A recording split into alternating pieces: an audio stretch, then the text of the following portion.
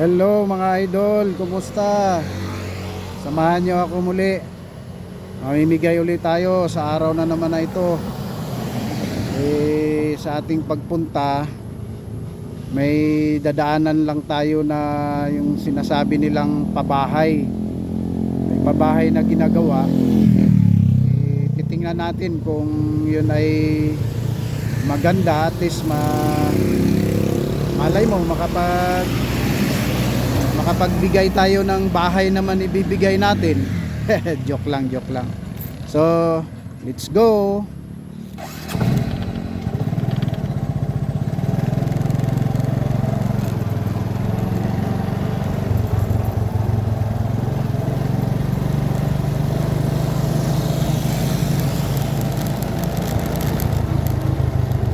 Aha, saan ba dito? Sabi diretso. So ibig sabihin dito tayo. Ayun, pupuntahan natin yung pabahay na sinasabi nila mga idol, kasi as in mura lang daw eh. So yung alam mo na, yung mga kababayan natin na wala pang mga bahay, at least may tuturo natin sa kanila kung saan sila pwedeng kumuha. Di ba? Tanong natin dito. Kuya, tanong lang saglit. Saan ba dito yung Saan dito yung ginagawa daw pabahay? Pabahay. Alam mo ba 'yon? Doon pa po yun sa may bayan. Babae. Malapit sa bayan. Opo, doon. Malapit So sa ibig bayan. sabihin malayo pa ako? Malayo-layo pa po, mga 3 kilo, medyo malayo pa pala, no? So pero ginagawa, nakita nyo na ba yon? Kita ko po niya, daanan ko, galing akong bayan. May gumagawa. So okay naman, bale, pupuntahan ko na lang. Saan kayo galing? Doon din? Doon din sa bayan. Sa bayan kayo nang gagaling? Nag-apply pa ako trabaho. Trabaho? Ayos at least ga-apply ka ng trabaho. Kasi musta naman, tanggap? Minalas po, hindi ako natanggap. Hindi ako natanggap, minalas.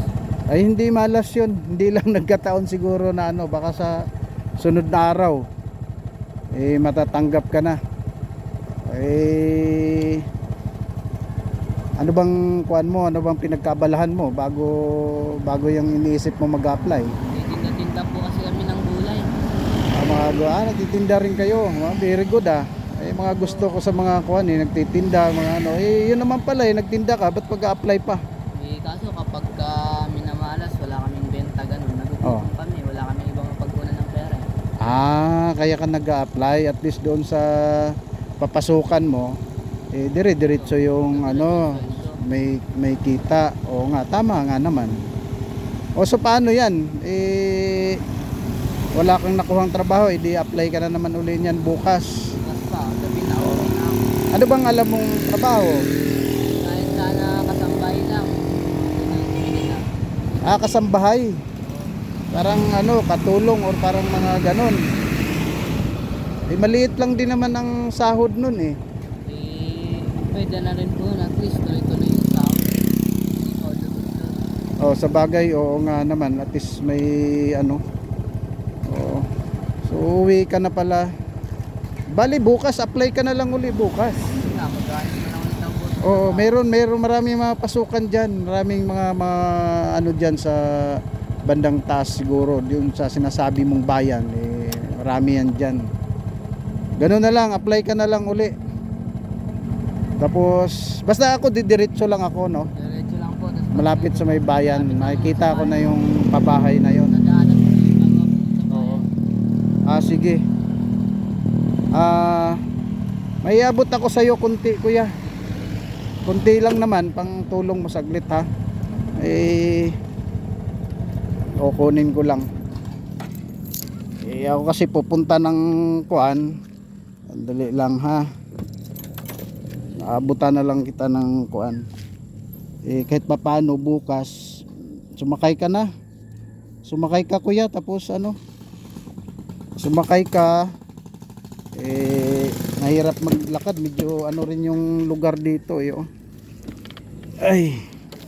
So ito kuya pasensyahan mo na yan, oh. Ano mo na lang, bukas mag-apply ka, edi meron ka ng may tawag nito. May panimula ka, tapos sumakay ka. May mga biyahe naman yata dito, di ba? Meron po. Ha? Yung pa sa taas, sa ayan.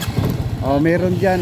Oh, sumakay ka kasi tulad yan, sabi mo sa bayan layo ng nilalakad mo, tapos ditong lugar na to, hindi ko naman sinabing delikado, pero masabi nating mahirap kasi yung iba sumasakay, ikaw naglalakad.